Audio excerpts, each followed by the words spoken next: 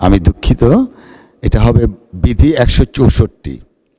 মাননীয় সদস্যবৃন্দ, ত্রয়োদশ সংসদের চলতি প্রথম অধিবেশনে 5/4/2026 তারিখ বিকাল 4:45 বিশেষ অধিকার প্রশ্নের একটি নোটিশ পাওয়া গেছে। নোটিশটি দিয়েছেন মাননীয় সদস্য জনাব সাঈদ উদ্দিন আহমদ হানজালা, মাদারীপুর 1। মাদারীপুর 1 আসন থেকে নির্বাচিত মাননীয় সংসদ সদস্য জনাব সাঈদ উদ্দিন আহমদ হানজালা নেই না? যেহেতু তিনি উপস্থিত নেই, অন্য কেউ ওনার পক্ষে উত্থাপিত করতে পারেন না বিধি অনুসারে।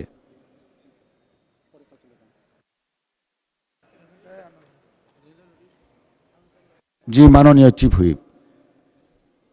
জি, উনি যদি নোটিশ দিয়ে থাকেন এবং নোটিশ আপনি প্রাপ্ত হলে মাননীয় স্পিকার আপনি যাচাই বাছাই করে কোনো সিদ্ধান্ত যদি দিতে চান তা পরবর্তীতে আপনি সিদ্ধান্ত দিতে পারেন। তাদের উত্থাপন করার এই মুহূর্তে কোনো দরকার নাই। উনি প্রথম দিনই উত্থাপন করেছিলেন তার সমস্যার কথা এবং বলেছিলেন আপনি যদি চান তাহলে আপনি পরবর্তীতে একটা সিদ্ধান্ত দিতে পারেন, সেটা আজকে ডেফারও করতে পারেন।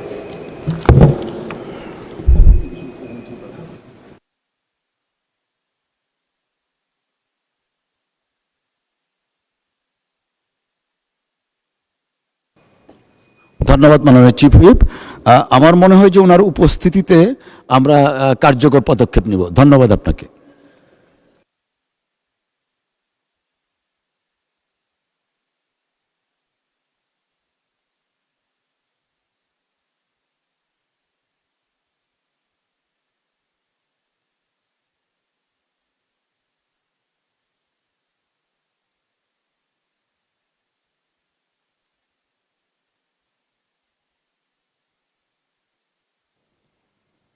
মাননীয় সদস্যবৃন্দ, আজ কার্যপ্রণালী বিধি 71 বিধি অনুযায়ী জরুরি গুরুত্ব সম্পন্ন বিষয় সম্পর্কে 74টি মনোযোগ আকর্ষণের নোটিশ পাওয়া গেছে।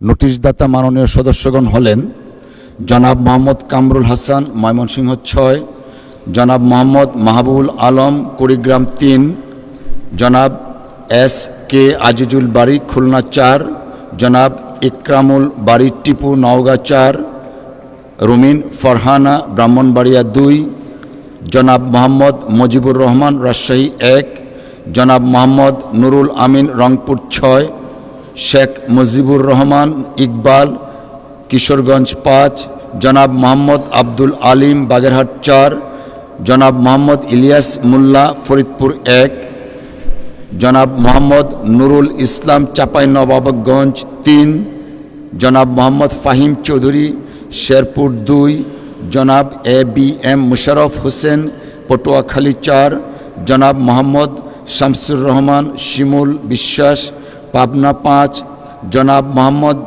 জাহানদার আলী মিয়া, মাদারীপুর 2, জনাব মোহাম্মদ আশরাফ উদ্দিন, নরসিংদী 5, জনাব মোহাম্মদ শফিকুর রহমান কিরণ, শরীয়তপুর 2, জনাব মোহাম্মদ আব্দুল গফুর, কুষ্টিয়া 2, জনাব মোহাম্মদ নাজিবুর রহমান, পাবনা 1, জনাব মোহাম্মদ হাসান রাজীব প্রধান, লালমনিরহাট 1, জনাব মোহাম্মদ মুশারফ হোসেন, বগুড়া 4, জনাব মোহাম্মদ আব্দুল আজিজ, নাটোর 4, জনাব মইনুল ইসলাম খান, মানিকগঞ্জ 2, জনাব মোহাম্মদ লুৎফুর রহমান, টাঙ্গাইল 4, ডাক্তার মোহাম্মদ মাহবুবুর রহমান, ময়মনসিংহ 7, জনাব SM জাহাঙ্গীর হোসেন, ঢাকা 18, শেখ ফরিদ আহমেদ, চাঁদপুর 3, জনাব মোহাম্মদ মাহবুবুর রহমান বেলাল, রংপুর 3, জনাব মোহাম্মদ শাহাদাত হোসেন,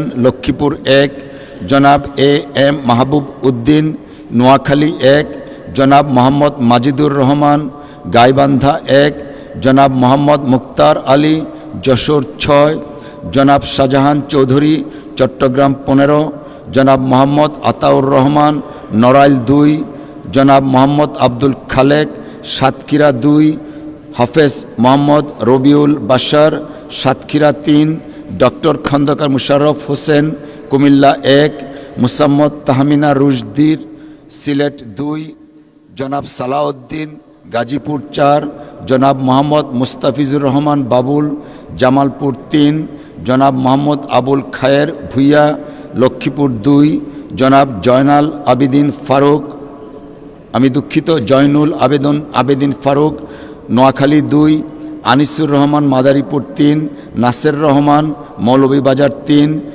মোহাম্মদ আনোয়ারুল ইসলাম কুড়িগ্রাম 1 মোহাম্মদ আখতারুজ্জামান ময়মনসিংহ 10 এস এম রফিকুল ইসলাম গাজীপুর 3 মোহাম্মদ মাসুদ পারভেজ চুয়াডাঙ্গা 1 মোহাম্মদ জহিরুল ইসলাম চট্টগ্রাম 16 মোহাম্মদ আবু সুফিয়ান চট্টগ্রাম 9 মোহাম্মদ গুলাম রসুল যশোর 4 এ কে এম ফজলুল হক মিলন গাজীপুর 5 জি এম নজরুল ইসলাম সাতক্ষীরা 4 মোহাম্মদ রুহুল আমিন চুয়াডাঙ্গা 2 ফকর উদ্দিন আহমেদ ময়মনসিংহ 11 রফিকুল ইসলাম বগুড়া 1 মোহাম্মদ মনোয়ার হোসেন মাগুরা 1 মোহাম্মদ আফজাল হোসেন কুষ্টিয়া 4 মোহাম্মদ ইজ্জত উল্লাহ সাতক্ষীরা 1 আব্দুল হান্নান মাসউদ নোয়াখালী 6 মোহাম্মদ সেলিম ভুইয়া কুমিল্লা 2 মোহাম্মদ মতিয়ার রহমান ঝিনাইদহ 3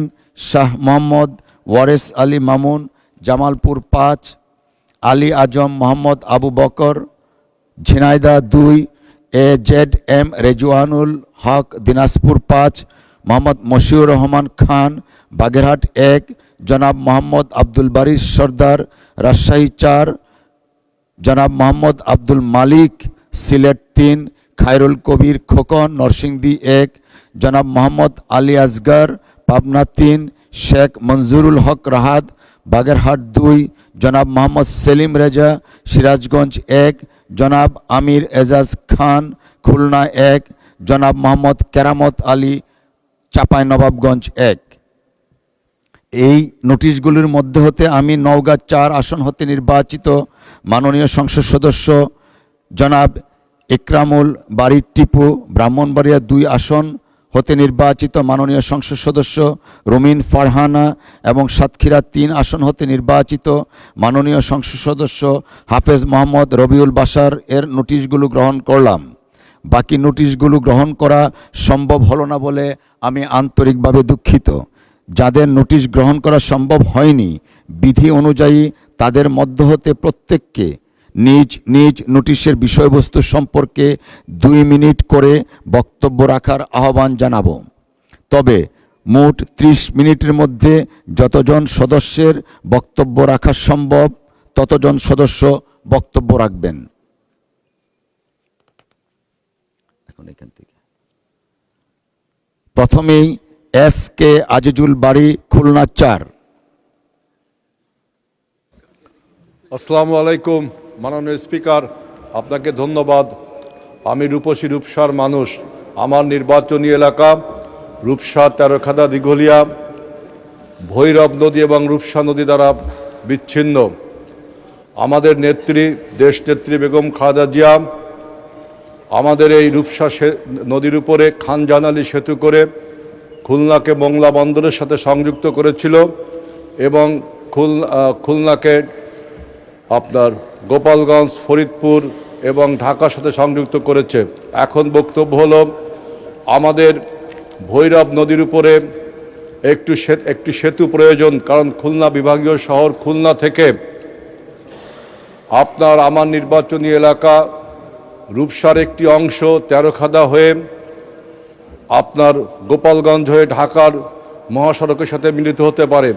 আর এই ভৈরব নদীর উপর যদি সেতু করা হয় তাহলে আরেকটি রাস্তা আমাদের সেনের বাজার হয়ে আপনার একদম নড়াইলের সাথে জাতীয় সড়কে সংযুক্ত হতে পারে। এই সেতুর উপর দিয়ে এই নদীর উপর দিয়ে অসংখ্য মানুষ যাতায়াত করে। আমাদের সেনের বাজার থেকে তেরোখাদা হয়ে গোপালগঞ্জ পর্যন্ত রাস্তা একটা লেনের রাস্তা, একটা সরু রাস্তা, প্রচুর যানজট হয়। এখানে মানুষের অনেক বিড়ম্বনা হয়, অনেক ব্যবসায়িক মালামাল পণ্য নিয়ন্ত্রণ করতে সমস্যা হয়। আমি মনে করি এটাকে ডাবল লেন করা উচিত এই রাস্তাটাকে। এবং আমাদের ভৈরব নদীর উপরে আরেকটি অসমাপ্ত সেতু রয়েছে, যেটা খুলনাকে দিঘলিয়ার সাথে সংযুক্ত করে যশোর হয়ে জাতীয় মহাসড়কের সাথে সংযুক্ত হয়। আমি দাবি করব আমার এই ভৈরব নদীর উপর যে অসমাপ্ত সেতুটি আছে দিঘলিয়ার নগরবাড়ি টু রেলিগেট পর্যন্ত এই অসমাপ্ত সেতুর কাজ দ্রুত সম্পন্ন করা উচিত। আপনাকে ধন্যবাদ মাননীয় স্পিকার। ধন্যবাদ মাননীয় সদস্য। ফরিদপুর 1 আসন থেকে নির্বাচিত জনাব মোহাম্মদ ইলিয়াস মোল্লা। জনাব মোহাম্মদ ইলিয়াস মোল্লা। মাননীয় স্পিকার, আপনাকে ধন্যবাদ। আমরা আজই প্রথম কথা বলার সুযোগ পেয়েছি সংসদে, আপনি সুযোগ করে দিয়েছেন, এজন্য আপনাকে আবারও ধন্যবাদ জানাই। আমরা ফরিদপুর 1 আসনে নানাবিধ সমস্যা আছে। এটা মধুখালী, বোয়ালমারী, আলফাডাঙ্গা উপজেলা, 3টা উপজেলা নিয়ে গঠিত একটা আসন, 630 বর্গ কিলোমিটার এরিয়া। এখানে বেশিরভাগ মানুষই কৃষি পণ্যের উপর নির্ভরশীল। আপনি জানেন যে আমাদের আসন এলাকার পশ্চিম দিকে ঘেঁষে মধুমতি নদী বয়ে গেছে প্রায় 137 কিলোমিটার। এই নদীটার ইতিহাসটা হলো এরকম, প্রত্যেক বছরই এ নদী ভাঙন দেখা দেয় এবং দুই পারের মানুষের ঘর বাড়ি, শিক্ষা প্রতিষ্ঠান, মসজিদ, মন্দির, মাঠ, ফসলি মাঠ, এগুলা পানিতে বিলীন হয়ে যায়। আমরা চিন্তা করেছিলাম যে এই নদী শাসনের জন্য যে এ যাবৎকালে যত টাকা বরাদ্দ করা হয়েছে সে টাকা যদি ঠিকমতো ব্যবহার হতো তাহলে আমাদের মনে হয় আমাদের আসন এলাকার লোকজনের এত কষ্ট থাকতো না, এত কান্নাকাটিও তাদের দেখতে হতো না। আমরা মনে করি এই সরকার গণতান্ত্রিক সরকার, এই সরকারের পক্ষ থেকে আমরা মনে করি যে নদী শাসনের জন্যে আমাদের পদক্ষেপ নেবেন এবং এটা 137 কিলোমিটার লম্বা এরিয়া, লম্বা নদী, এর দুই পার পার্মানেন্ট স্থায়ীভাবে এটাকে বাদ দেওয়ার জন্যে, শাসন করার জন্যে পদক্ষেপ মাননীয় মন্ত্রী নেবেন কিনা এটা আমাদের জানার বিষয় আপনার মাধ্যমে। আর ধন্যবাদ মাননীয় সদস্য। মাননীয় সদস্য ধন্যবাদ। চাঁপাইনবাবগঞ্জ 3 আসন থেকে নির্বাচিত মাননীয় সংসদ সদস্য জনাব মোহাম্মদ নুরুল ইসলাম। জনাব মোহাম্মদ নুরুল ইসলাম। মাননীয় স্পিকার, আপনাকে ধন্যবাদ। আমি নুরুল ইসলাম বুলবুল। আমার নির্বাচনী এলাকা 45 চাঁপাইনবাবগঞ্জ 3 আসনে অন্তর্ভুক্ত 250 শয্যা বিশিষ্ট সদর হাসপাতালটিতে প্রতিদিন রোগী ভর্তি থাকে 600 থেকে 750, অথচ চিকিৎসকের পদ শূন্য 52%, যার ফলে ইমার্জেন্সি সার্ভিস ব্যাহত হচ্ছে। জেলা হাসপাতাল হওয়া সত্ত্বেও সেখানে চক্ষু এবং মানসিক রোগের চিকিৎসা নেই, চিকিৎসকও নেই। শিশু রোগীর জন্য নেই কোনো scan bed, dialysis, CCU, ICU, CT scan, এমআরআইয়ের জন্য অবকাঠামো থাকলেও কোনো আধুনিক যন্ত্রপাতি এবং চিকিৎসক দেওয়া হয়নি। শুধু তাই নয়, আমরা দেখছি যে ডাক্তাররা বাধ্য হয়ে অধিকাংশ রোগীদের রাজশাহী ও ঢাকা রেফার্ড করে দেন। রেফার্ড টু ঢাকা, হসপিটালের নামটাই হয়ে গিয়েছে রেফার্ড টু ঢাকা বা রাজশাহী। এছাড়াও এখানে পরিচ্ছন্নতা কর্মী মাত্র 4 জন, এখানে ডোম কাজ করে মাত্র 1 জন। একটা হাসপাতালের জন্য খুবই অপ্রতুল এবং এই হাসপাতালে জনগণ প্রতিনিয়ত স্বাস্থ্যসেবা থেকে বঞ্চিত হচ্ছে। তাছাড়া এখানে নিরাপত্তা কর্মীর কোনো পদ নেই। সম্প্রতি জেলায় হামের প্রকোপ, বাংলাদেশে এই যে হামের প্রকোপ, সেখানে কমপক্ষে 10% শুধু চাঁপাইনবাবগঞ্জেই হাম ব্যাপকভাবে ছড়িয়ে পড়েছে, আমি ইতিমধ্যে দেখে এসেছি। তাছাড়া এখানে নিরাপত্তা কর্মীর কোনো পদ নেই। সম্প্রতি হামের কারণে দ্রুত চিকিৎসা ব্যবস্থাকে আরও সম্প্রসারণ করার জন্য এখানে যে একটা অচল অবস্থা তৈরি হয়েছে, এই অবস্থায় মাননীয় মন্ত্রী মহোদয়ের কাছে আমার দৃষ্টি আকর্ষণ হচ্ছে জরুরি ভিত্তিতে। ধন্যবাদ মাননীয় সদস্য। জনাব ABM মুশাররফ হোসেন, পটুয়াখালী 4। ধন্যবাদ মাননীয় স্পিকার, আপনাকে ধন্যবাদ। আমার নির্বাচনী এলাকা 114 পটুয়াখালী 4 কলাপাড়া রাঙ্গাবালী উপজেলা নিয়ে গঠিত। একজন মানুষের মৌলিক অধিকার তার চিকিৎসা সেবা নিশ্চিত করা। কিন্তু মাননীয় স্পিকার, আপনার মাধ্যমে আমি উত্থাপন করতে চাই যে কলাপাড়া এবং রাঙ্গাবালী উপজেলায় আমাদের যে ইউনিয়ন স্বাস্থ্যকেন্দ্রগুলি আছে, বিগত 17 বছর এখানে কোনো উন্নয়নমূলক কাজ হয় নাই, যার কারণে ভবনগুলি অনেকটা জরাজীর্ণ, ব্যবহার হচ্ছে না, তাছাড়া কোনো স্বাস্থ্যকর্মী নাই, যার জন্য জনগণ স্বাস্থ্যসেবা থেকে বঞ্চিত হচ্ছে। এবং উপজেলা পর্যায়ের যে আমাদের স্বাস্থ্যকেন্দ্র আছে সেখানেও পর্যাপ্ত জনবল নাই। কুয়াকাটাতে মাননীয় সাবেক প্রধানমন্ত্রী বেগম খালেদা জিয়া 20 শয্যার একটা বিশেষ হাসপাতাল দেওয়া হয়েছিল, সেখানেও এখন পর্যন্ত কোনো ডাক্তার নিয়োগ দেওয়া হয় নাই, যার কারণে স্বাস্থ্যকেন্দ্রটি চালু করা যাচ্ছে না। এবং এর পূর্বে আমি আরেকটি বক্তব্য বলেছিলাম যে আমার আরেকটি উপজেলা রাঙ্গাবালী বাংলাদেশে একমাত্র উপজেলা যেখানে কোনো স্বাস্থ্যকেন্দ্র নাই। সুতরাং অনতিবিলম্বে এই সকল বিষয়ে প্রয়োজনীয় ব্যবস্থা গ্রহণ করার জন্য আমি মাননীয় স্বাস্থ্যমন্ত্রীর দৃষ্টি আকর্ষণ করছি। এবং জনবলের কারণে মানুষ স্বাস্থ্যসেবা থেকে বঞ্চিত হচ্ছে, অতি দ্রুত সেখানে যাতে জনবল নিয়োগ দেওয়া হয় তার জন্য আমি দৃষ্টি আকর্ষণ করছি। আপনাকে ধন্যবাদ। মাননীয় সদস্য, আপনাকেও ধন্যবাদ। ইউ আর প্রিভিলেজড, আপনি আপনার কনস্টিটিউয়েন্সি সম্পর্কে বলতে পারছেন, আমি পারছি না। আমাদের এখানে একই অবস্থা, 36 জন ডক্টরের মধ্যে মাত্র 14 জন আছে আমার একটা উপজেলায়। অ্যাম্বুলেন্স আছে, ড্রাইভার নেই। এরকম নাই নাই নাই শুনতে শুনতে আমরা খুবই ক্লান্ত। এনিওয়ে, ধন্যবাদ আপনাকে। পাবনা 1 আসন থেকে নির্বাচিত জনাব মোহাম্মদ নাজিবুর রহমান। জনাব মোহাম্মদ নাজিবুর রহমান, ধন্যবাদ। মাননীয় স্পিকার, আপনাকে ধন্যবাদ। আমার আজকের 71 বিধির যেই বিষয়টি রয়েছে সেটি হলো সাঁথিয়া উপজেলা স্বাস্থ্য কমপ্লেক্সের 50 শয্যা থেকে 150 শয্যায় উন্নীত করে এই হসপিটালটিকে আধুনিক সরঞ্জামাদি চিকিৎসক এবং জনবলের মাধ্যমে উন্নতি করার জন্য মাননীয় মন্ত্রী মহোদয়ের দৃষ্টি আকর্ষণ করছি।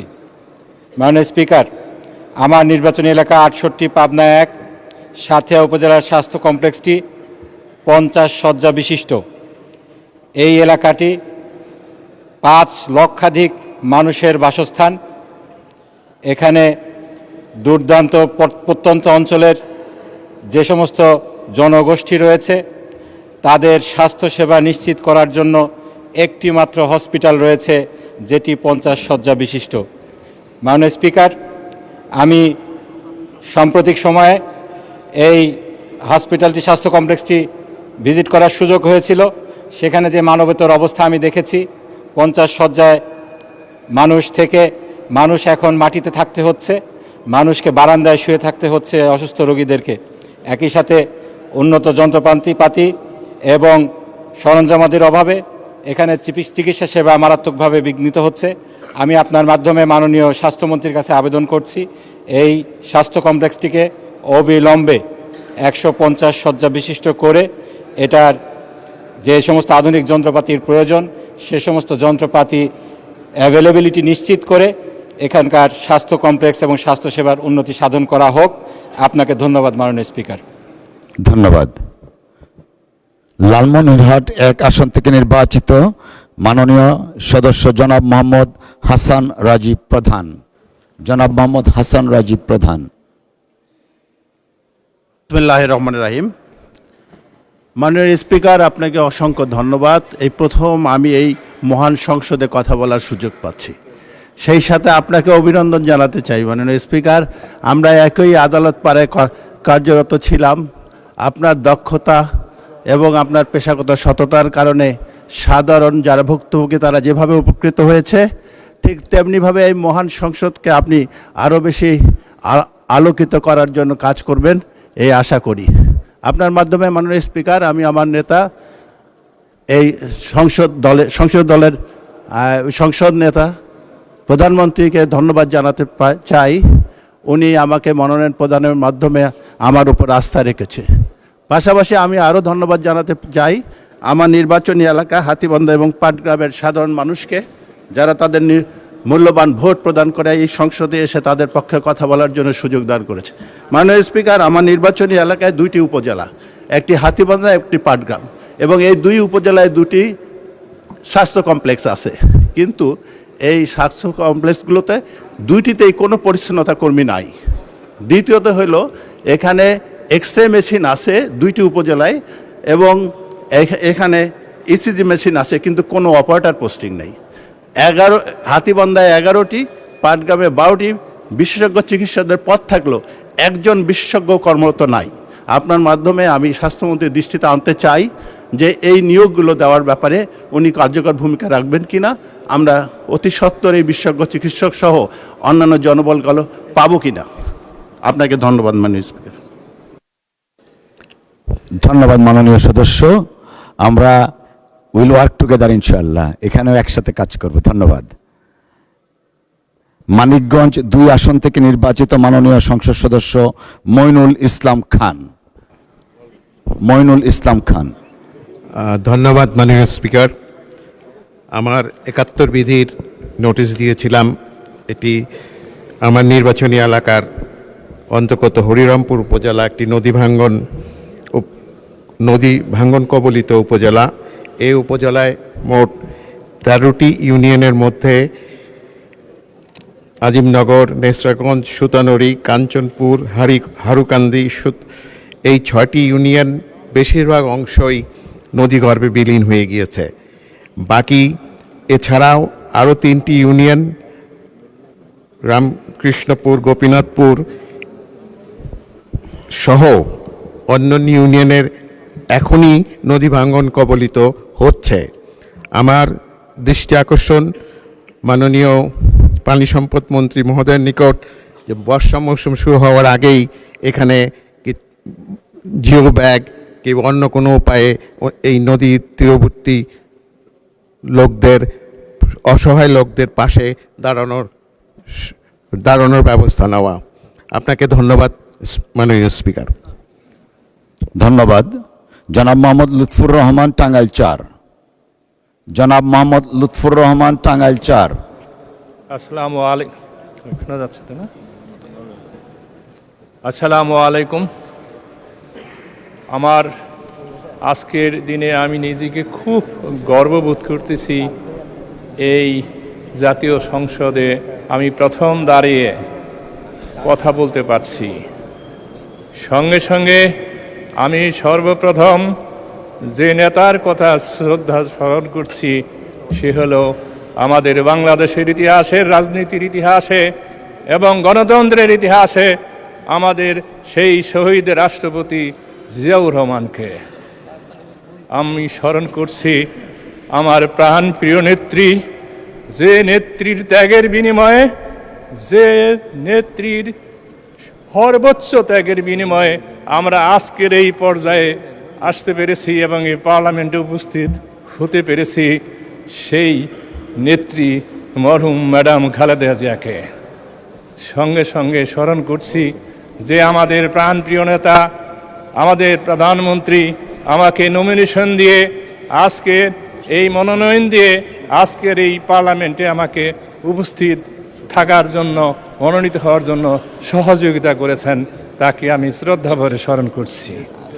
আমার অনেক বক্তব্য আমার কালীহাতি উপজেলা নিয়ে, আমি সময় সেরকম পাই নাই। শুধু একটা কথাই আমি বলতে চাই, আমার কালীহাতির এলেঙ্গা উপজেলায় যমুনা ব্রিজের যে রাস্তাটি, সেই ফ্লাইওভারটি ছিল আমাদের 1538 মিটার, সেটা হয়েছে মাত্র 568 মিটার। আপনারা জানেন এই ফ্লাইওভারের কারণে এলেঙ্গা দিয়ে হাজার হাজার গাড়ি ঘন্টার পর ঘন্টা রাস্তা বন্ধ হয়ে থাকে। তাই এই রাস্তাটি, এই ফ্লাইওভারটি দ্রুত সম্পন্ন করা, যমুনা ব্রিজের রাস্তা। ধন্যবাদ। লক্ষ্মীপুর 1 আসন থেকে নির্বাচিত মাননীয় সংসদ সদস্য জনাব মোহাম্মদ শাহাদাত হোসেন। জনাব মোহাম্মদ শাহাদাত হোসেন। ধন্যবাদ মাননীয় স্পিকার। এই মহান সংসদে এই সর্বপ্রথম দাঁড়িয়ে কথা বলার সুযোগ পেয়েছি। আমি এই সুযোগে আমার মহান রবের প্রতি কৃতজ্ঞতা প্রকাশ করছি। পাশাপাশি আমার উপর আস্থা এবং বিশ্বাস রেখে মনোনয়ন দেওয়ার জন্য আমাদের নেতা, সংসদ নেতা মাননীয় প্রধানমন্ত্রী জনাব তারেক রহমানের প্রতি আন্তরিকভাবে কৃতজ্ঞতা প্রকাশ করছি। মাননীয় স্পিকার, আমার নির্বাচনী এলাকা লক্ষ্মীপুর 1 রামগঞ্জ অত্যন্ত একটা গুরুত্বপূর্ণ উপজেলা। আশেপাশের বেশ কয়েকটা উপজেলা থেকে জনসাধারণ রামগঞ্জ আসে এবং বাস যোগে তারা ঢাকা এবং চট্টগ্রাম সহ বাংলাদেশের বিভিন্ন প্রান্তরে তারা যায়। কিন্তু রামগঞ্জে কোনো বাস স্ট্যান্ড নাই। একটা জরাজীর্ণ একটা বাস স্ট্যান্ড আছে, সেই বাস স্ট্যান্ডটি একেবারেই পরিত্যক্ত এবং সেটা মাদক সেবীদের আড্ডাখানা। আমাদের শত শত যাত্রী অত্যন্ত কষ্টকর একটা অবস্থার মধ্য দিয়ে তারা চলাচল করছে, যাতায়াত করছে। আমি মাননীয় মন্ত্রী মহোদয়ের কাছে বিশেষভাবে অনুরোধ করব আমাদের জনগণের কষ্ট লাঘব করার জন্য রামগঞ্জে একটি বাস স্ট্যান্ড নির্মাণ করার জন্য। আপনাকে ধন্যবাদ মাননীয় স্পিকার। ধন্যবাদ। জনাব মোহাম্মদ মুক্তার আলী, যশোর 6।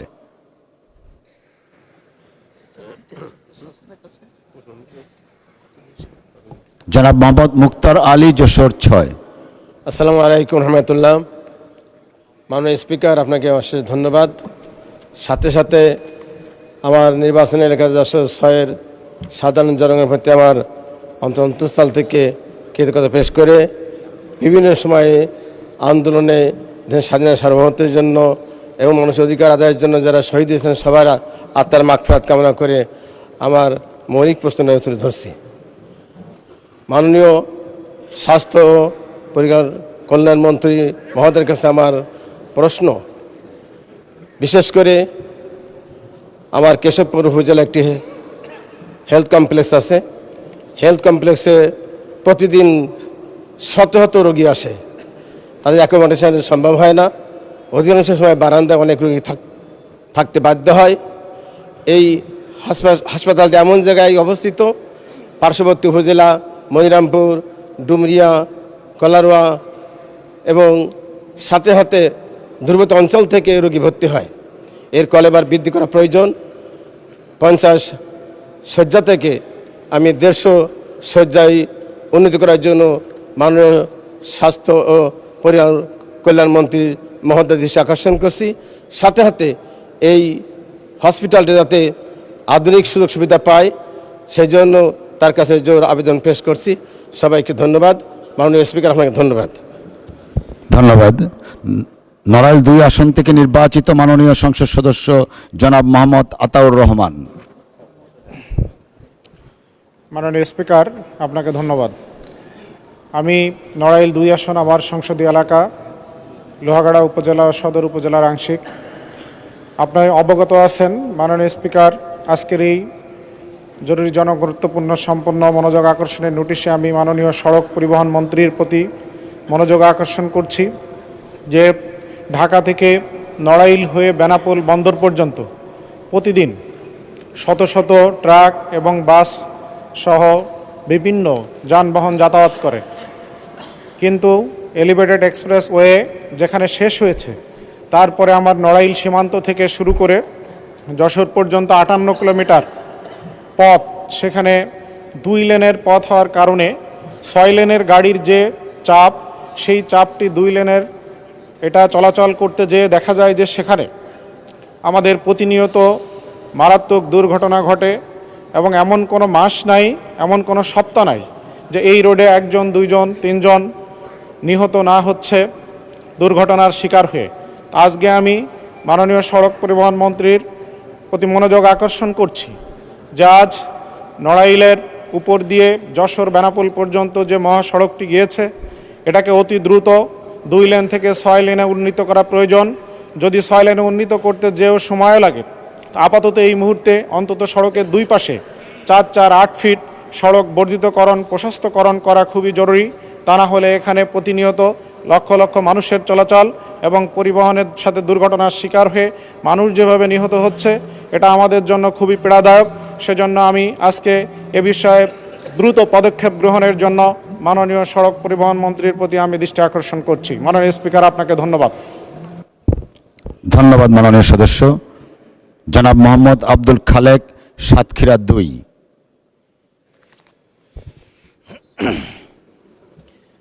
নাহমাদুহু ওয়া নুসাল্লি আলা রাসূলিহিল কারীম।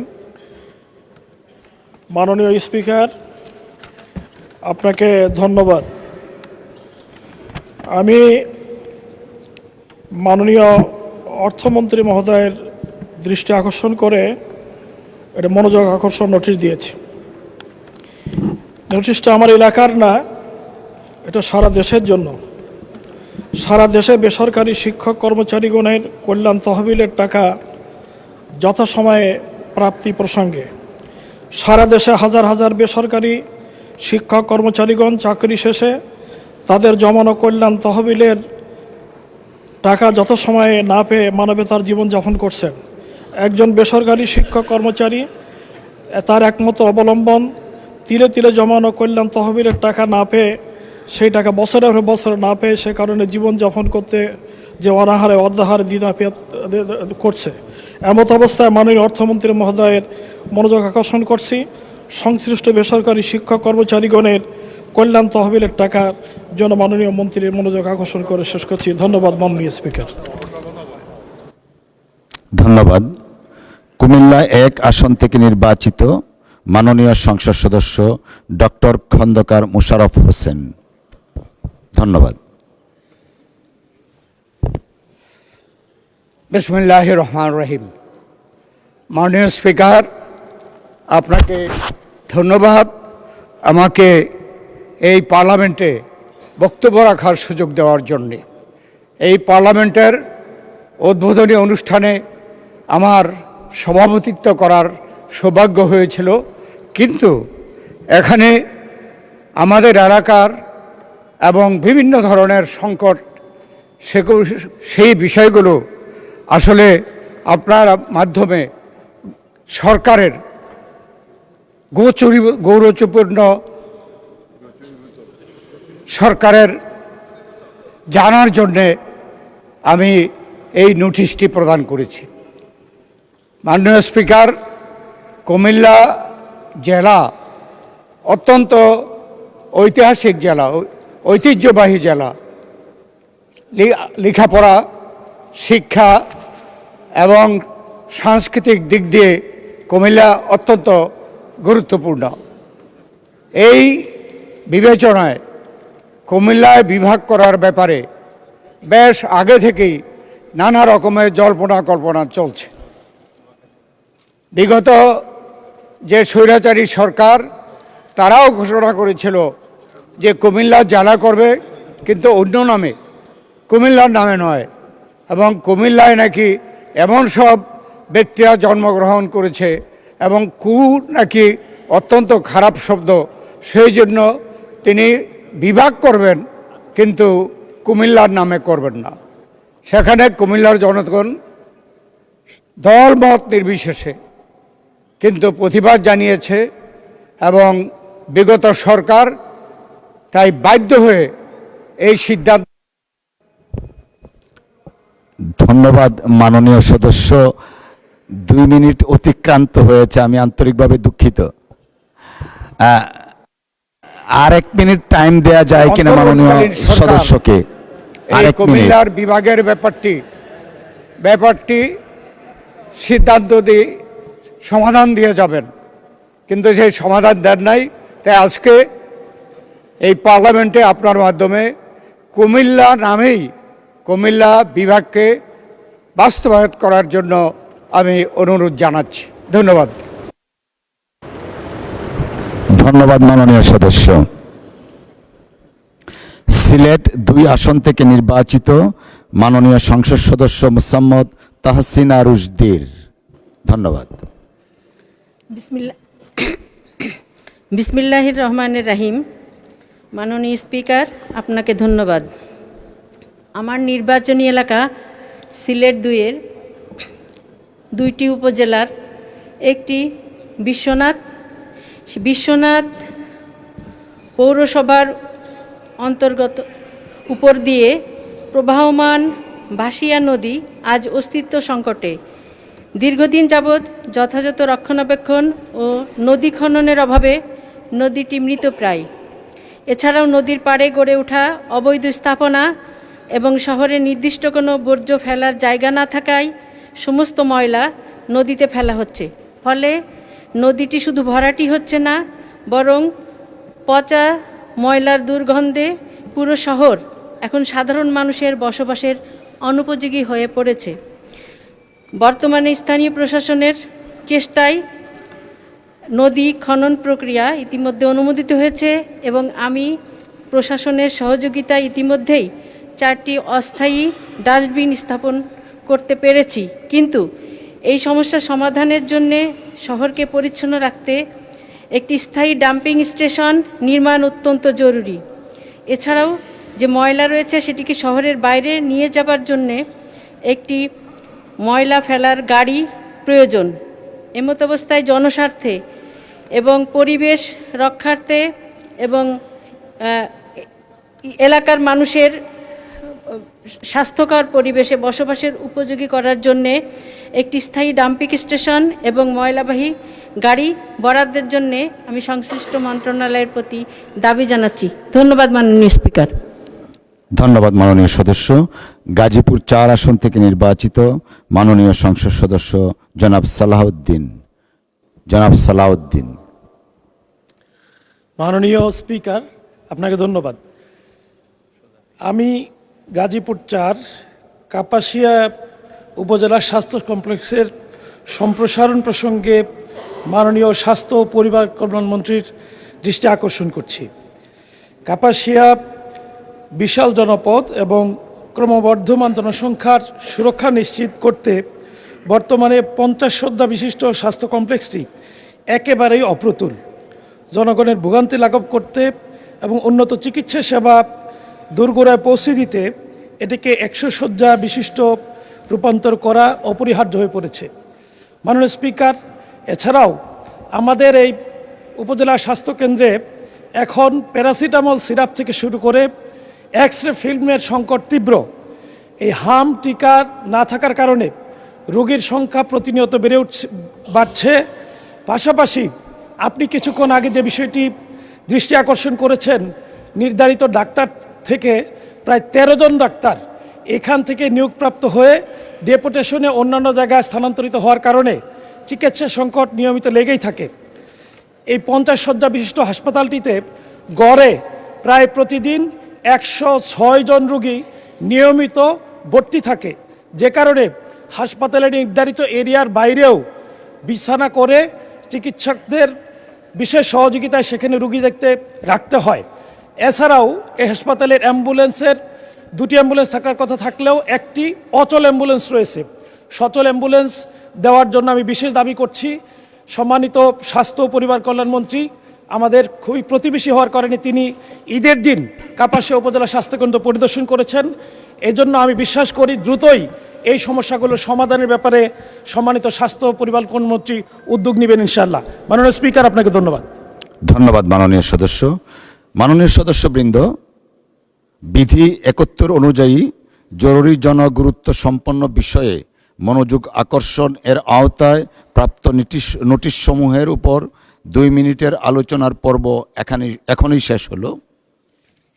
দিনের কার্যসূচি অনুযায়ী এখন সংসদের কার্যপ্রণালী বিধি 71 অনুযায়ী জরুরি জনগুরুত্বপূর্ণ বিষয়ে মনোযোগ আকর্ষণের গৃহীত নোটিশসমূহের উপর আলোচনা। প্রথমে আমি পাবনা 5 আসন থেকে নির্বাচিত মাননীয় সদস্য জনাব মোহাম্মদ শামসুর রহমান শিমুল বিশ্বাসকে তার জরুরি জনগুরুত্ব সম্পন্ন বিষয়ে মনোযোগ আকর্ষণের নোটিশ পড়ার জন্য আহ্বান জানাচ্ছি। বিসমিল্লাহির রহমানির রহিম। মাননীয় স্পিকার, আপনাকে ধন্যবাদ। কার্যপ্রণালী বিধির 71 বিধি অনুসারে জরুরি জনগুরুত্বপূর্ণ বিষয় সম্পর্কে মনোযোগ দৃষ্টি আকর্ষণের নোটিশ। এত দ্বারা নোটিশ দিতেছি যে সংসদের অধ্যকার বৈঠকে আমি নিম্নলিখিত জনগুরুত্বপূর্ণ বিষয়ের প্রতি মাননীয় পানি সম্পদ মন্ত্রীর দৃষ্টি আকর্ষণ করছি। অতএব এই বিষয়ে যথাযথ ব্যবস্থা গ্রহণের জন্য আপনাকে অনুরোধ করিতেছি। উপস্থাপনীয় বিষয় পদ্মা ব্যারেজ নির্মাণ প্রসঙ্গ। বাংলাদেশের প্রায় 1/3 জলভূমি ভারতের ফারাক্কাবাদের কারণে মারাত্মকভাবে ক্ষতিগ্রস্ত হয়ে আসছে। ফারাক্কাবাদের ক্ষতিকর প্রভাবের কারণে ফসল, মাছ, বনায়ন, জীব বৈচিত্র্য প্রভৃতির ক্ষেত্রে উৎপাদন উল্লেখযোগ্যভাবে হ্রাস পাচ্ছে। এছাড়া নদীর নাব্যতা না থাকায় প্রতি বছর নদী শুকিয়ে ব্যাপক হারে চরাঞ্চলে পরিণত হচ্ছে। একই সাথে নৌ চলাচল, নদী প্রাণ অকার্যকর হয়ে যাচ্ছে। সুন্দরবন সহ বিস্তীর্ণ বনাঞ্চল বন্যাতীতভাবে ক্ষতিগ্রস্ত হয়ে পড়েছে। এ কারণে দেশের 1/3 জলভূমি স্থলভূমি রক্ষার জন্য পদ্মা ব্যারেজ নির্মাণের কোনো পরিকল্পনা সরকারের আছে কিনা? ধন্যবাদ মাননীয় স্পিকার। মাননীয় সদস্য, আপনাকে ধন্যবাদ। মাননীয় পানি সম্পদ মন্ত্রী জনাব মোহাম্মদ শহীদউদ্দিন চৌধুরী এনি এই বিষয়ে আপনার সংক্ষিপ্ত বিবৃতি প্রদানের জন্য আহ্বান জানাচ্ছি। মাননীয় স্পিকার, আপনাকে ধন্যবাদ। মাননীয় সংসদ সদস্য 71 বিধিতে জরুরি জনগুরুত্বপূর্ণ বিষয়টি সকলের দৃষ্টিতে নিয়ে এসেছেন। জনাব মোহাম্মদ শামসুর রহমান শিমুল বিশ্বাসকে আমি আন্তরিকভাবে মোবারকবাদ জানাই। পদ্মা ব্যারেজ প্রকল্পটির মাধ্যমে দেশের দক্ষিণ পশ্চিমাঞ্চল এবং উত্তর পশ্চিমাঞ্চলের 19টি জেলার 120টি উপজেলা সরাসরিভাবে উপকৃত হবে মাননীয় স্পিকার। এবং এর বাহিরে আমরা যে সমীক্ষা করেছি, সরাসরি 19টি জেলার পর আরও 5টি জেলা বাহ্যিকভাবে এর উপকার লাভ করবে, যার কারণে এই প্রজেক্টকে আমরা বলছি যে বাংলাদেশের একটা মাস্টার মাইন্ড প্রকল্প মাননীয় স্পিকার। এই প্রকল্পটি পদ্মা নদীর পানি দক্ষিণ পশ্চিমাঞ্চলের জীবন জীবিকা, কৃষি, মৎস্য, পরিবেশ এবং মানুষের টিকে থাকার জন্য অন্যতম ভিত্তি। আর সেই ভিত্তির কেন্দ্রেই রয়েছে পদ্মা নদী। পদ্মা নদীতে ব্যারেজ নির্মাণের সম্ভাব্যতা সমীক্ষা 2004 সালে শুরু হয়েছিল এবং এই সমীক্ষা শেষ হতে 2013 সাল পর্যন্ত লাগে মাননীয় স্পিকার। উক্ত সমীক্ষায় ব্যারেজ নির্মাণের জন্য সুপারিশ করা হয় এবং বর্তমান সরকারের যে নির্বাচনী ইশতেহার, এই ইশতেহারে পদ্মা ব্যারেজকে নির্মাণ অগ্রাধিকার দেওয়া হয়েছে। এর ধারাবাহিকতায় পানি সম্পদ মন্ত্রণালয় ইতিমধ্যে প্রকল্পটির ডিপিপি প্রণয়নপূর্বক অনুমোদনের জন্য পরিকল্পনা কমিশনে প্রেরণ করেছে। প্রকল্পের প্রস্তাবিত ব্যয় 34,497.25 কোটি টাকা মাননীয় স্পিকার, এবং এর বাস্তবায়ন কাল ধরা হয়েছে 2026 থেকে 2033। আমরা যেসব এলাকায়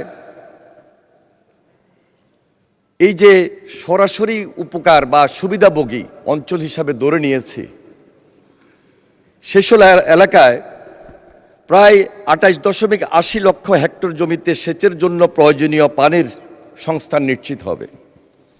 ব্যারেজ ডেককে সড়ক সংযোগ, বিদ্যুৎ সঞ্চালন লাইন এবং গ্যাস ট্রান্সমিশন পাইপলাইন স্থাপনের ভিত্তি হিসাবে ব্যবহারের সুযোগ সৃষ্টি হবে মাননীয় স্পিকার। আনুমানিক 113 মেগাওয়াট জলবিদ্যুৎ উৎপাদন সম্পাদন হবে। কৃষি ও মৎস্য খাতে বার্ষিক উৎপাদন ধান প্রায় 23.90 লক্ষ মেট্রিক টন এবং মৎস্য প্রায় 2.34 লক্ষ মেট্রিক টন বৃদ্ধির সুযোগ সৃষ্টি হবে। ভূমি উন্নয়ন কার্যক্রমের মাধ্যমে 60টি স্যাটেলাইট শহর প্রতিষ্ঠায় প্রয়োজনীয় ভিত্তি তৈরি এবং 3,450 একর এলাকায় প্রায় 1,50,00,000 পরিবারের আধুনিক আরবান ফ্যাসিলিটি সম্বলিত রুরাল টাউনশিপ গড়ে ওঠার সুযোগ সৃষ্টি হবে মাননীয় স্পিকার। এই প্রকল্প বাস্তবায়নের ফলে প্রত্যক্ষ এবং পরোক্ষভাবে প্রায় 9.27 লক্ষ স্থায়ী কর্মসংস্থানের সুযোগ তৈরি হবে। প্রকল্প বাস্তবায়নের মাধ্যমে বার্ষিক আনুমানিক প্রায় 8,000 কোটি টাকার সমপরিমাণ সামাজিক ও অর্থনৈতিক রিটার্ন অর্জন হবে মাননীয় স্পিকার। আপনাকে অসংখ্য ধন্যবাদ। মাননীয় মন্ত্রী মহোদয়, আপনাকেও ধন্যবাদ। মাননীয় সদস্য জনাব মোহাম্মদ শামসুর রহমান শিমুল বিশ্বাস, আপনি এই বিষয়ে একটি প্রশ্ন করতে পারেন। ধন্যবাদ। বিসমিল্লাহির রহমানির রহিম। মাননীয় স্পিকার, 1961 সালের এই প্রকল্পটি প্রেসিডেন্ট জিয়া যখন ক্ষমতায় তখন এটাকে আবার কার্যকর উদ্যোগ নেওয়া শুরু করেন।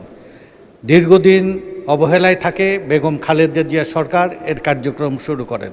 সৌভাগ্য তারেক রহমানের সরকার ধারাবাহিকভাবে এই প্রকল্প বাস্তবায়ন হলে দেশবাসী উপকৃত হবে। এই প্রকল্প বাস্তবায়িত হলে শুধু এইটা না, আমাদের যে সময় বিশেষ করে ঈদ পূজা পার্বণে যেভাবে রাস্তাঘাটের অচল অবস্থা হয়, যোগাযোগ ব্যবস্থার আমরা একটা বিকল্প সুবিধা পাবো, যেটা আমাদের ওয়াই প্যাটার্ন পদ্মা সেতু বানানোর জন্যে 1/4 খরচে আমরা যোগাযোগ ব্যবস্থার প্রভূত পরিবর্তন করতে পারবো। বিশেষ করে রাজবাড়ির অঞ্চল, আমাদের পাবনা রাজশাহী অঞ্চল এবং আমাদের মানিকগঞ্জ এই অঞ্চলে আমরা একটা নতুন যোগাযোগের দিগন্ত ফিরে পাবো যদি আমরা এই ব্যারেজটার সাথে এই আউটপুট আমরা পাবো। আপনাকে ধন্যবাদ। এই প্রকল্পের সাথে যোগাযোগ মন্ত্রী যদি এই প্রকল্পটা চিন্তা করে তাহলে আমরা দেশবাসী এর দ্বারা প্রভূত উপকৃত হব। আপনাকে মাননীয় মন্ত্রী। মাননীয় স্পিকার, মাননীয় সংসদ সদস্য সম্পর্ক প্রশ্নে যে প্রশ্নটি উত্থাপন করেছেন, যদিও এটা পানি সম্পদ মন্ত্রণালয়ের সঙ্গে রিলেটেড নয়, তারপরও আমি ওনার দৃষ্টি আকর্ষণ করে শুধু এটাই বলবো যে ফারাক্কা ব্যারেজের বিরূপ প্রভাবে শুষ্ক মৌসুমে পদ্মা নদীতে প্রয়োজনীয় পানি প্রবাহ না থাকায় পদ্মার প্রধান শাখা নদীসমূহ যেমন গড়াই, মধুমতি, হিসনা, মাথাভাঙ্গা, চন্দনা, বারাসিয়া, বড়াল, ইছামতি প্রভৃতি নদী ব্যবস্থা আজ প্রায় মৃতপ্রায় হয়ে পড়ছে। এসব নদীতে পানির স্বল্পতার কারণে পরিবেশ, কৃষি, নৌ চলাচল ও জনজীবনে গুরুতর নেতিবাচক প্রভাব পড়েছে। পদ্মা ব্যারেজ নির্মিত হলে ব্যারেজের মাধ্যমে পানি সংরক্ষণ করে শুষ্ক মৌসুমে এসব নদীতে প্রয়োজনীয় পানি সরবরাহ করা সম্ভব হবে। এর ফলে শুধু শুষ্ক মৌসুমে নয়, সারা বছর জুড়ে উক্ত নদীসমূহ এবং তাদের শাখা প্রশাখা ও সংযুক্ত খালসমূহে পানি প্রবাহ বজায় থাকবে, পলি জমা ব্যাপকভাবে হ্রাস পাবে। ওনার সম্পর্ক প্রশ্নের উত্তরে আমি শুধু এটাই বলবো, এই ব্যারেজ এবং যে পাশাপাশি শাখা নদীসমূহ রয়েছে, আমরা আমাদের সড়ক মন্ত্রীর দৃষ্টিতে এইভাবে নিয়ে আসবো এবং আমাদের মন্ত্রণালয় থেকেও সহযোগিতা থাকবে। আন্তঃ মন্ত্রণালয় একটা বৈঠক করে আমরা যেন এর সঙ্গে সড়কের সংযোগস্থল উন্নয়ন করতে পারি, সেদিকে আমাদের যাচাই বাছাই শেষেও বিশেষ নজর থাকবে। আমি ওনাকে আশ্বস্ত করছি যে আন্তঃ মন্ত্রণালয় একটা মিটিংয়ের মধ্য দিয়ে আমরা এই প্রজেক্টে সংযোগ সড়কের সহায়তা ওনাদের এই 24টা জেলায় কিভাবে দিতে পারি সেই দিকে আমরা বিশেষভাবে নজর দিব। মাননীয় স্পিকার, আপনাকে অসংখ্য ধন্যবাদ। আপনাকে ধন্যবাদ মাননীয় মন্ত্রী মহোদয়। আমি এখন বরিশাল 3 আসন হতে নির্বাচিত মাননীয় সদস্য জনাব জয়নুল আবেদিনকে তার জরুরি গুরুত্ব সম্পন্ন বিষয়ে মনোযোগ আকর্ষণের নোটিশ পরে শোনানোর জন্য আহ্বান জানাচ্ছি। মাননীয় স্পিকার, আপনাকে ধন্যবাদ। আমি অত্যন্ত ক্ষোভ এবং দুঃখের সাথে ব্যথা বেদনা নিয়ে 71 ধারা অনুযায়ী আমার নির্বাচনী এলাকা বরিশাল 3 বাবুগঞ্জের একটি জনগুরুত্বপূর্ণ দুর্ভোগ বিষয়ে মাননীয় স্থানীয় সরকার, পল্লী উন্নয়ন ও সমবায় মন্ত্রী দৃষ্টি আকর্ষণ করছি। মাননীয় স্পিকার, আমার অঞ্চলটি বাংলাদেশের মধ্যে সবচাইতে দুর্ভোগ এলাকার অঞ্চল। এইখানে দীর্ঘ 17 বছর কোনো রাস্তাঘাট হয়নি, একটা ইটের ছোঁয়াও পড়েনি। মাননীয় স্পিকার, শুধু তাই নয়, কোনো একটি মাটির রাস্তাও সেখানে তৈরি হয় নাই, যে কারণে কৃষি পণ্য পরিবহন এবং রুগী পরিবহন, এমনকি ঠেলাগাড়ি পর্যন্ত কোনো রাস্তা দিয়ে চলে না। আমার জানা নাই যে এখনো কোনো অঞ্চলে বাসের সাক্ষ্য আছে কিনা। মাননীয় স্পিকার, আমি গিয়েছিলাম জুলাই সনদের শহীদ হওয়া আমাদের এক আমিনুর রহমানের বাড়িতে, সেই বাড়িতে ঢোকার সময় আমাকে বাসের সাক্ষ্য দিয়ে কোনোভাবে যেতে হয়েছে। মাত্র 15 মিনিটের রাস্তা বাবুগঞ্জ থেকে, সেখানে আমাকে যেতে প্রায় 1.5 ঘন্টা সময় লেগেছে। এ হয়েছে রাস্তার অবস্থা। মাননীয় স্পিকার, এখানে শুধু এই অবস্থাই না, এমন অবস্থার সৃষ্টি করে রেখেছে যে খাদা খন্দ কোনো কিছুর উপরেই কোনো ইট বা মাটি ফেলানো হয় নাই। এই অঞ্চলের মানুষ গত নির্বাচনের পূর্বে মানুষকে আমি ওয়াদা করেছিলাম, যদি ধানের শীষে আপনারা ভোট দেন, আমাদের নেতা জনাব তারেক রহমান বাংলাদেশের প্রধানমন্ত্রী হবেন, এবং তিনি প্রধানমন্ত্রী হলে ইনশাআল্লাহ এই অঞ্চলের এই যে জনদুর্ভোগ, এই দুর্ভোগ থেকে মানুষ রেহাই পাবে। মাননীয় স্পিকার, আর একটা কথা না বললেই নয়, বাবুগঞ্জ থেকে তার দেহেরগতি ইউনিয়নে যেতে 4 ঘন্টা সময় লাগে। আরেকটি জায়গা আছে বীরশ্রেষ্ঠ জাহাঙ্গীরনগর ইউনিয়ন, সেইখানে যেতে আরও সময় বেশি লাগে। এই দুইটি জায়গায় যদি দুটি অন্তত ছোট ছোট ব্রিজ করা যায়, তাহলে পরে 15 মিনিটে এই দুইটি অঞ্চলে যাওয়া একেবারেই সহজ। মাননীয় স্পিকার, না হলে পরে মানুষের দুর্ভোগের আর কোনো সীমা থাকে না। সেজন্য আমি মাননীয় পল্লী উন্নয়ন এবং স্থানীয় সরকার সমবায় মন্ত্রীর দৃষ্টি আকর্ষণ করছি, অনতিবিলম্বে আমার এলাকার এই রাস্তাঘাট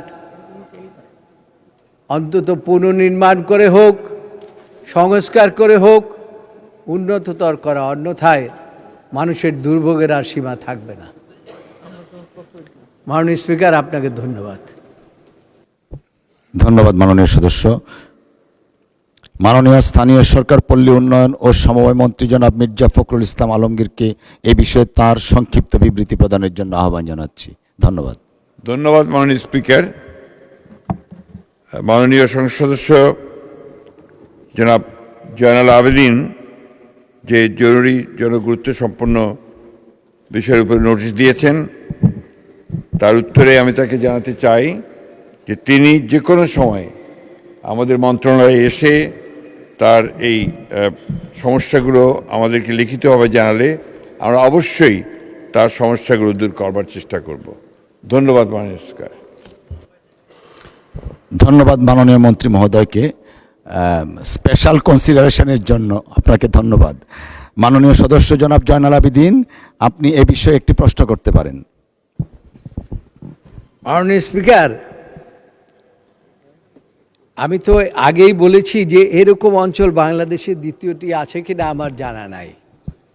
তবে আমি এর পরবর্তীতে আমি উত্থাপন করব, অবশ্য সেটা আমাদের এই স্থানীয় সরকার মন্ত্রণালয়ের নয়। একটি ব্রিজ এই যে অন্তর্বর্তীকালীন সরকারের উপদেষ্টা তড়িঘড়ি করে উদ্বোধন করে এসছেন, কিন্তু কাজ ইনশাআল্লাহ শুরু হয় নাই। এই বৃষ্টি না হওয়ার কারণে এইখানে বাবুগঞ্জ, মুলাদি, বরিশাল, মেহেন্দিগঞ্জ, হিজলা এই অঞ্চলের মানুষের আসা যাওয়ার জায়গা। মাননীয় স্পিকার, এই বৃষ্টি শুধুমাত্র লোক দেখানোভাবে শুধুমাত্র একটা উদ্বোধন করে এসেছেন, কিন্তু পরবর্তীতে আর কোনো পদক্ষেপ গ্রহণ করেন নাই। কাজেই আমি আপনার মাধ্যমে আমি মাননীয় মন্ত্রীকে বলতে চাই, কবে নাগাদ এই বৃষ্টির কাজ শুরু হবে এবং মানুষ দুর্ভোগ থেকে রেহাই পাবে। ধন্যবাদ মাননীয় সদস্য। মাননীয় মন্ত্রী। ধন্যবাদ মাননীয় স্পিকার। আমি তো আমার আগের ওনার প্রশ্নের আগের যে বিষয়টা ছিল সেটাতে বলেছি যে উনি যদি দয়া করে আমাদের মন্ত্রণালয়ে এসে এই বিষয়গুলো নিয়ে আলোচনা করেন তাহলে আমরা যথাশীঘ্র সম্ভব তার এই সমস্যার সমাধান করব। ধন্যবাদ মাননীয় স্পিকার। ধন্যবাদ মাননীয় মন্ত্রী। আমি এখন রংপুর 4 আসন থেকে নির্বাচিত মাননীয় সংসদ সদস্য জনাব আক্তার হোসেনকে তার জরুরি জনগুরুত্ব সম্পন্ন বিষয়ে মনোযোগ আকর্ষণের নোটিশ পড়ার আহ্বান জানাচ্ছি। মাননীয় স্পিকার, আপনাকে ধন্যবাদ। আজকে 71 বিধিতে জনগুরুত্বপূর্ণ এবং খুবই বেদনাদায়ক একটা বিষয় আমি সংসদের নজরে আনার জন্য এবং আমাদের মাননীয় স্বাস্থ্যমন্ত্রীর নজরে আনার জন্য উপস্থাপন করছি।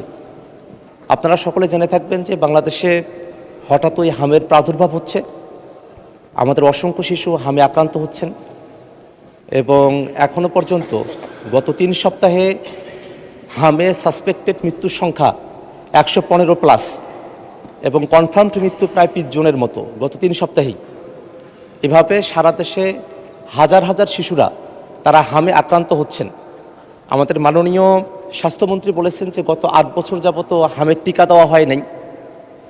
এই তথ্যটা আসলে সঠিক তথ্য কিনা সেটা নিয়েও যারা হামের টিকা প্রদান করে থাকেন মাঠ পর্যায়ের কর্মীরা আছেন তাদের মধ্যে এক ধরনের উৎকণ্ঠা বা এক ধরনের ভিন্নমত আমরা খেয়াল করেছি।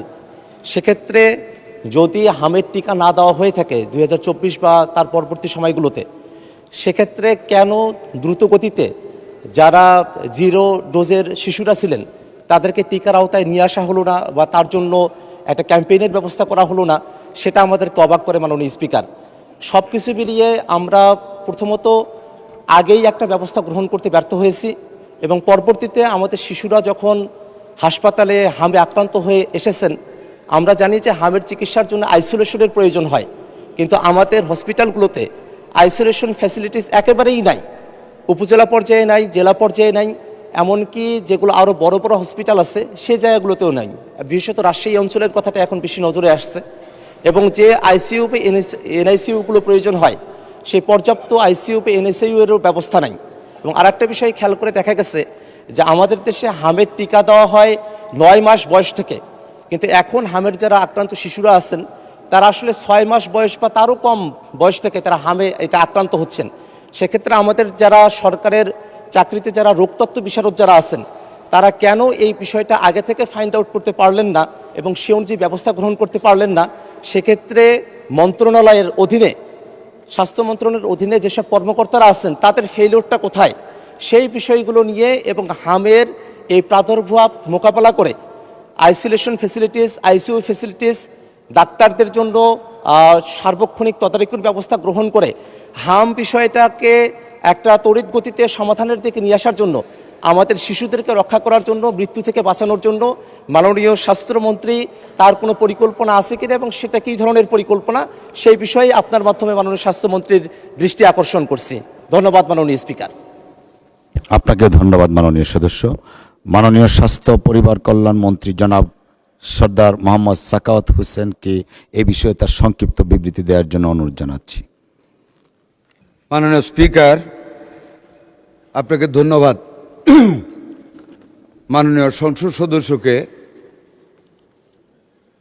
এই গুরুত্বপূর্ণ বিষয়টিতে নোটিশ প্রদানের জন্য আমি ধন্যবাদ জানাচ্ছি।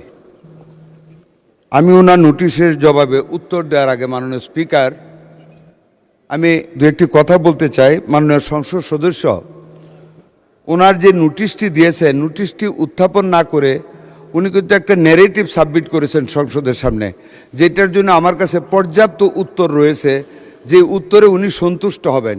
কিন্তু ওনার নোটিশটা ছিল শুধু উত্থাপনটা করা এই বিষয়টিতে, ওই মিজেলসের ব্যাপারে। যাই হোক, উনি যে প্রশ্নটা, যেই উত্থাপনটা এখন করেছেন, এটা যদি পরবর্তীতে প্রশ্ন আকারে করেন আমি ওনাকে ন্যারেটিভ উত্তর দিয়ে দিব।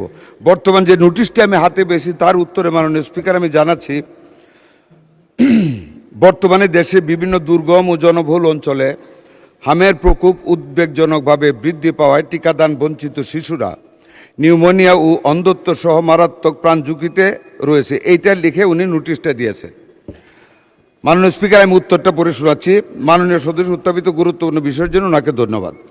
মাননীয় স্পিকার, অতীতের সরকারগুলির সম্পূর্ণ ভুল ব্যবস্থাপনা এবং ব্যর্থতার কারণে, সরকারগুলোর বলতে ফেসিস্ট সরকার এবং জাস্ট ইমিডিয়েট পাস্ট যে গভর্নমেন্ট গিয়েছে ওদেরই মিন করতেছি মাননীয় স্পিকার, ভুল ব্যবস্থাপনা এবং ব্যর্থতার কারণে বর্তমানে হামের প্রাদুর্ভাব বৃদ্ধি পেয়েছে।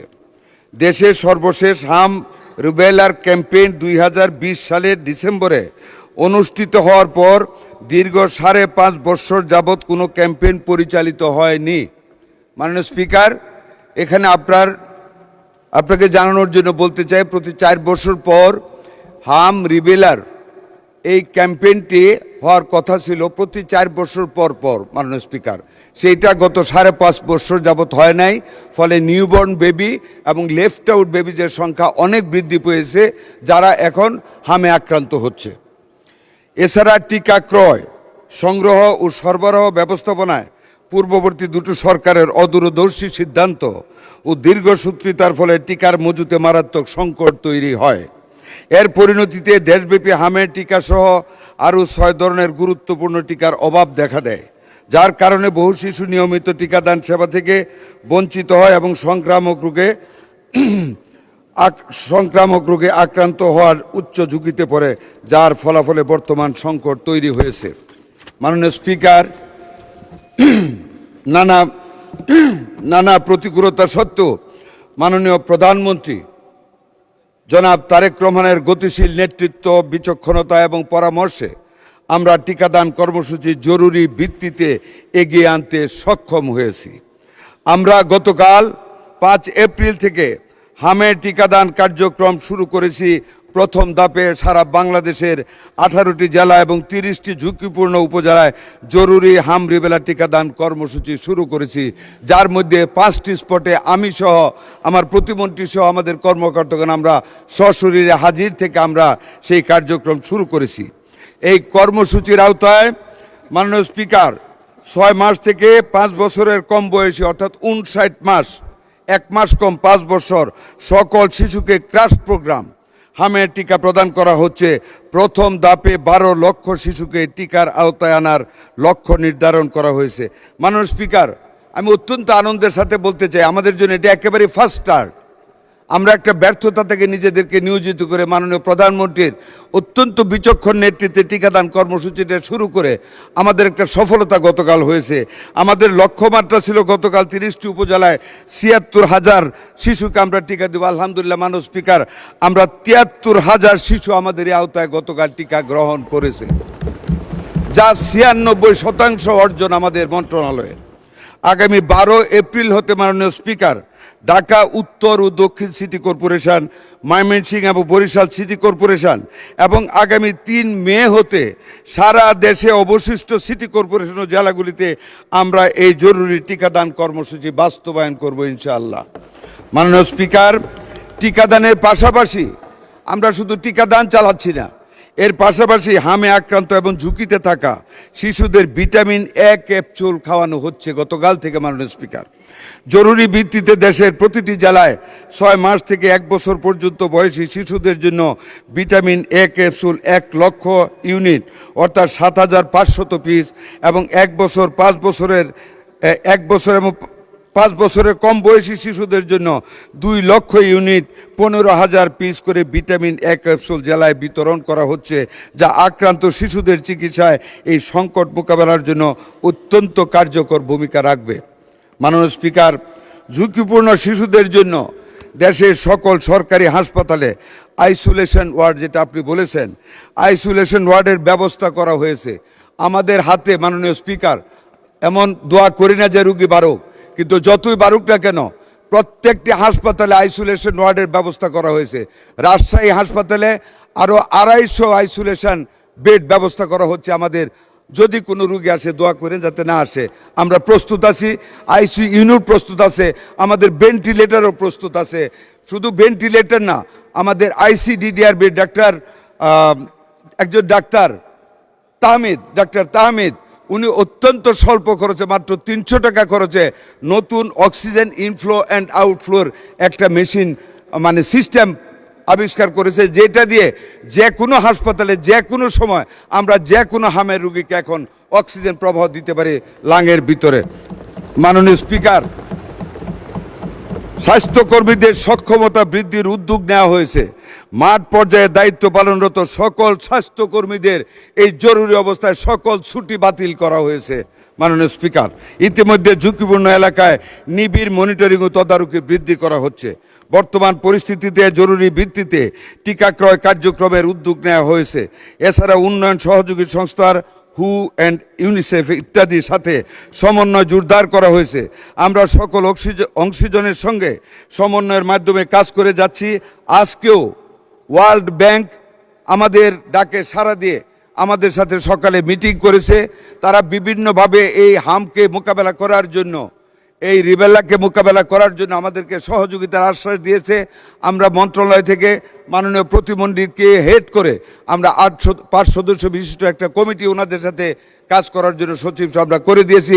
আরও অনেক গ্র্যান্ট এবং এইডস এই খাতে আমরা পাবো ইনশাল্লাহ।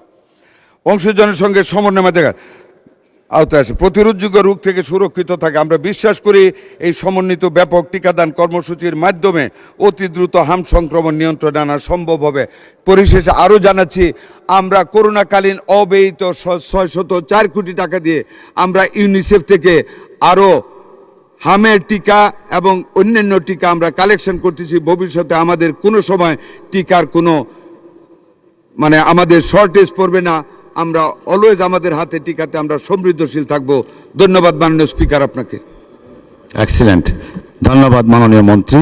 মাননীয় সদস্য জনাব আক্তার হোসেন, আপনি এ বিষয়ে একটি প্রশ্ন করতে পারেন। ধন্যবাদ।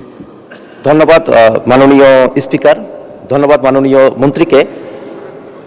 টিকাদান কার্যক্রম শুরু করার জন্য আমরা সরকারকে ধন্যবাদ জানাই।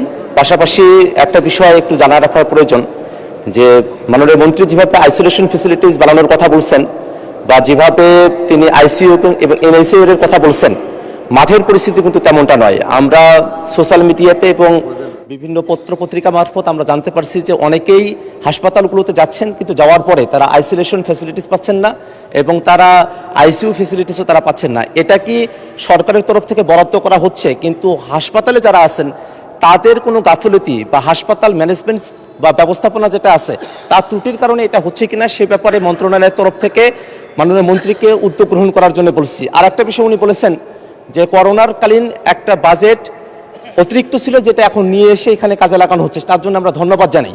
এই বিষয়ে একটা প্রসঙ্গত বিষয় মনে করিয়ে দেওয়া প্রয়োজন। বাংলাদেশে স্বাস্থ্য খাতে যে পরিমাণে বাজেট বরাদ্দ করা হয় সেই পরিমাণে বাজেট কিন্তু ব্যয় করা হয় না। যেমনটা দেখা গেছে যে 2024-25 অর্থ বছরে স্বাস্থ্য খাতে বাজেট ছিল 41,407 কোটি টাকা, সেখানে সংশোধিত বাজেট হয়েছিল 29,782 কোটি টাকা, অর্থাৎ 11,000 কোটি টাকা কিন্তু অব্যবহৃত থেকে গেছে। আবার অপারেশনাল যে বাজেট ছিল সেটা ছিল 19,973 কোটি টাকা এবং সেটা খরচ হয়েছে সংশোধিত আকারে এসেছে 13,603 কোটি টাকা, অর্থাৎ সেখানেও প্রায় 6,000 কোটি টাকা কিন্তু অব্যবহৃত থেকে গেছে। আমাদের মোট বাজেটের মাত্র 5% স্বাস্থ্য খাতে বরাদ্দ করা হয়, জিডিপির যেটা 1%-রও কম, এবং আমাদের আসলে আউট অফ দ্য পকেট, পিপলের পকেট থেকেই প্রায় 70% স্বাস্থ্য খাতে তাদেরকে খরচ করতে হয়। সে ব্যাপারে সামনে বাজেটও আসছে, সেই বাজেটের সময়টাতে এই স্বাস্থ্য খাতে বাজেট বরাদ্দ করা হবে কিনা, এবং যে বাজেট বরাদ্দ করা হয় তার 25% যে অব্যবহৃত থেকে যায়, সেই 25% অব্যবহৃত না থেকে আরও বাজেট বৃদ্ধি করে স্বাস্থ্য খাতে আইসোলেশন ফেসিলিটিস, আইসিইউ ফেসিলিটিস এবং অন্যান্য যেসব যন্ত্রপাতিগুলো প্রয়োজন রয়েছে সেগুলোর মজুদের জন্য কোনো ব্যবস্থা গ্রহণ করা হবে কিনা আপনার মাধ্যমে মাননীয় স্বাস্থ্যমন্ত্রীর দৃষ্টি আকর্ষণ করছে মাননীয় স্পিকার। ধন্যবাদ মাননীয় সদস্য। মাননীয় স্বাস্থ্যমন্ত্রী। প্লেন্টি অফ কোয়েশ্চেন্স মাননীয় স্পিকার। নাম্বার 1 যেটা উনি বলেছেন মিডিয়াতে, এবং উনি যা জানেন আমি যা বক্তব্য রেখেছি সরেজমিনে সেটা পাচ্ছেন না। মাননীয় সংসদ সদস্য, ভালো কাজ আদায় করতে হলে মানুষের উপর কিছু প্রেশার রাখা হয়। আমার মনে হয় মিডিয়া আমাদেরকে ওই প্রেশারটাই রাখছে। আমাদের একটা হসপিটালে আইসোলেশন ওয়ার্ডের কোনো ঘাটতি নেই।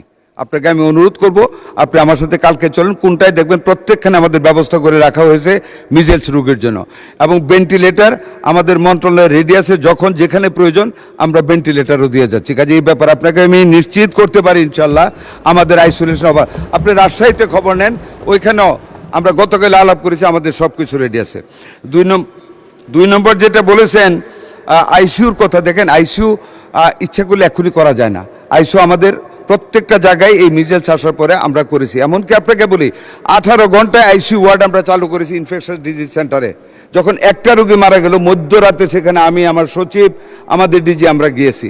মাননীয় প্রধানমন্ত্রী তদারকি করেছেন, আমরা সেখানে গিয়েছি। মাননীয় প্রধানমন্ত্রী আমাকে বলেছেন, প্রথম আমি শুনি, আই হার্ড ফ্রম হিম যে একজন রোগী মারা গেছে। কাজে ধন্যবাদ মাননীয় প্রধানমন্ত্রীকে ওনার বিচক্ষণতার জন্য। ওখানে গিয়েছি, ওই একটা আইসিইউ ইউনিট যেটা ক্লোজড ছিল, after the closure of the project of World Bank, that ICU had been closed by World Health Organization. আমরা 18 ঘন্টার ভিতরে ওই আইসিইউ খুলেছি, আমরা অ্যাটাচমেন্টে ডাক্তার দিয়েছি, আমরা নার্স দিয়েছি, আয়া দিয়েছি, অ্যানেস্থেশিয়ার লোক দিয়েছি এবং পরিপূর্ণভাবে চালু করেছি। আপনি জানেন রাজশাহীর কথা, 11 দিনে 33টা বেবি মারা গিয়েছিল। আমরা খবর পাওয়ার পরের দিনের ভিতরে আমরা ভেন্টিলেটর দিয়েছি, আমাদের সচিব, ডিজি সবাই গিয়েছে। আমরা সার্বক্ষণিক যোগাযোগ রেখে ওইটা আমরা মানে আইসিইউ ইউনিট খুলে আমরা একদম ফুললি ফার্নিশড করেছি। আমাদের রোগী এখন একটা আল্লাহর রহমত কোনো ক্যাজুয়ালিটিস নেই। আরেকটা যেটা বাজেটের কথা বলেছেন, এখনও তো আমরা বাজেট দেইনি মাননীয় সংসদ সদস্য। Wait and see what we give, what we spend. Inshallah, transparently, honestly, sincerely, whatever the budget shall be granted by our Honorable Prime Minister and this House, we must spend it on the real grounds of necessity of the health. ধন্যবাদ আপনাকে। ধন্যবাদ মাননীয় মন্ত্রী।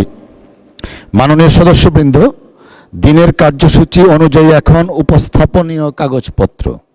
আমি মাননীয় অর্থমন্ত্রী জনাব আমির খসরু মাহমুদ চৌধুরীকে সরকারি অর্থ ও বাজেট ব্যবস্থাপনা আইন 2009 এর 15(4) ধারা অনুযায়ী 2025-26 অর্থ বছরের প্রথম প্রান্তিকের বাজেট বাস্তবায়ন অগ্রগতি প্রতিবেদন সংসদে উপস্থাপনের জন্য আহ্বান জানাচ্ছি।